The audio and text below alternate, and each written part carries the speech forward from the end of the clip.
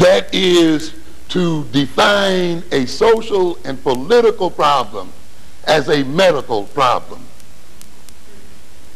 and to put psychiatrists, who are doctors, physicians with MDs, in control of the definition of these problems, even though they are an arm of the state, as are social workers, as are psychologists, as are all of the other helping professionals, but members of the state and arms of the state.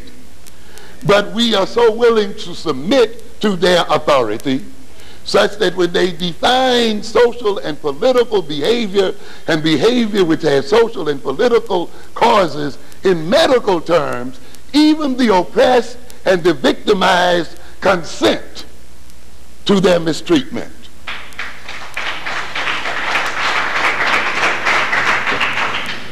Louis Sullivan is a part of this, but in a sense we are all a part of it, because we buy the medicalization of issues. And they know, since we are willing to do anything the doctor tells us to do, why are you taking that poison? The doctor said take it every 2 hours. The doctor says. So now if the doctor says that your children have a marker, a genetic marker, then let's go with it. And we don't have time this evening, one of these days we'll talk about psychiatric power and the role of psychiatrists in the system. Oh, the history of psychiatrists are horrendous. You won't believe it. You won't believe the tortures that have been created in the name of psychiatry, that are even being perpetrated today. You won't believe the robbing of civil liberties, the robbing of freedom, and all other kinds of things, the complete destruction and taking away of people's constitutional rights, but in the name of psychiatry. When you medicalize a problem and define it in medical terms, the patient loses all rights. And therefore you can resolve a lot of issues that, if they were defined politically or socially, would then become constitutional and legal issues. But as soon as they are put under the aegis of medicine, then you reduce to a very great extent the legal and constitutional implications. So what we have going here then is an attempt to move social and political problems into the area of psychiatry, so that we, even as African people, can consent to social control and the killing of our people. One quick thing, and I know we're short here. Don't get caught up in this brain and biological basis of behavior. Okay? Don't be deceived because someone can say that they have found a biological correlate with behavior.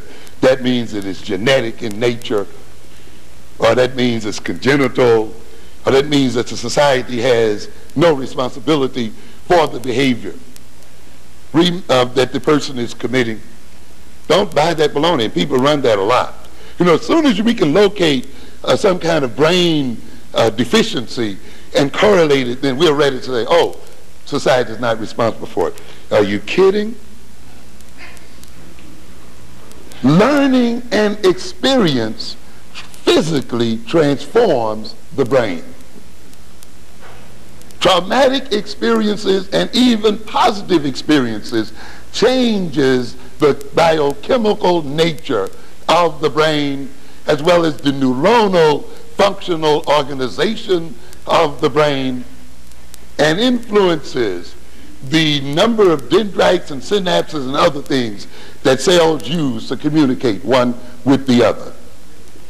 Now, you must understand here then, and I could talk a great deal here about the experiments here that have shown very clearly that if you put certain animals through certain experiences, their brains actually can increase in weight. Let me give you a quick run of things that happens when some rats were placed in various environments. One group was placed in a so-called enriched environment, These rats being selected from the same genetic background, having the same genetic background and the same genetic inheritance. But they were put in under different environments. After they were put through, after they lived in these environments for a while, they were sacrificed and their brains looked at, weighed, measured, and analyzed. Now, those rats that were put in an enriched environment, let's look at some of the things that were found. They had an increased thickness of the cerebral cortex, or the gray matter. In other words, the thinking matter of their brain increased in thickness and weight. A 15% increase in the actual size of the neurons in the cortex. Increases in protein in the brain paralleling the increases in cortical weight, indicating that the growth effect was on tissue and not just on the fluid content of the brain. An increase in the amount of dendritic branching. Dendrites are the hairy branching fibers which project in large numbers from the body of each neuron and which receive input from other neurons and conduct them to the cell bodies of other neurons. There was an increase in the branching of these neurons, and a greater amount of potential information was available to each neuron. An increased number of dendritic spikes per unit length of dendrite. Increases in the number of synapses and the sizes of the contacts between the synapses. An increase in the ratio between the weight of the cortex and the weight of the rest of the brain. A 15% increase in the number of glial cells, and on we go. What are we saying here then? That experience changes the brain, changes the nature and the functionality of the brain. So simply because you may find a brain correlate does not take society off the hook. It means then that if society controls the experience of a people, controls their experiences, it is manipulating their brain and controlling its size. And so they want to run a game on you with this biological substrate number. A quick reference here to some tentative research that was noted in the New York Times Wednesday, September 16th. And you should read this piece, and the research is tentative, but read the scientific journals. But there's something interesting here. The headline reads, "Behavior therapy can change how the brain functions," researchers say. Like drug therapy, behavior modification therapy produces metabolic, what do we mean there? Chemical enzymatic changes in the brain and functional changes. That is how different parts and areas of the brain relate one to the other in controlling a behavior and initiating a behavior.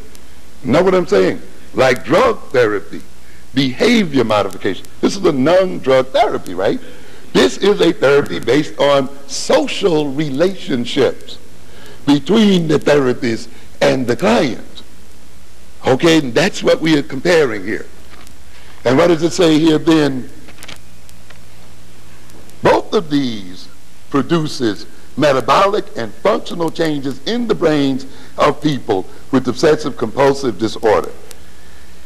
It is the first time that behavior therapy, remember we're talking about a basic social thing here, even though there's some other adjuncts to it, a method that changes the way people think, and I'm emphasizing think, about uncomfortable thoughts or feelings, the way they deal with uncomfortable thoughts and feelings.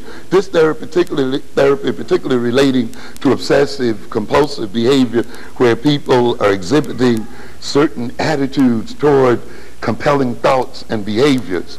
So this therapy, which seeks to change the way they think about these compulsive feelings and think about these thoughts and these urgings that keep telling them to do things, has been shown to physically alter brain function in a mental disorder.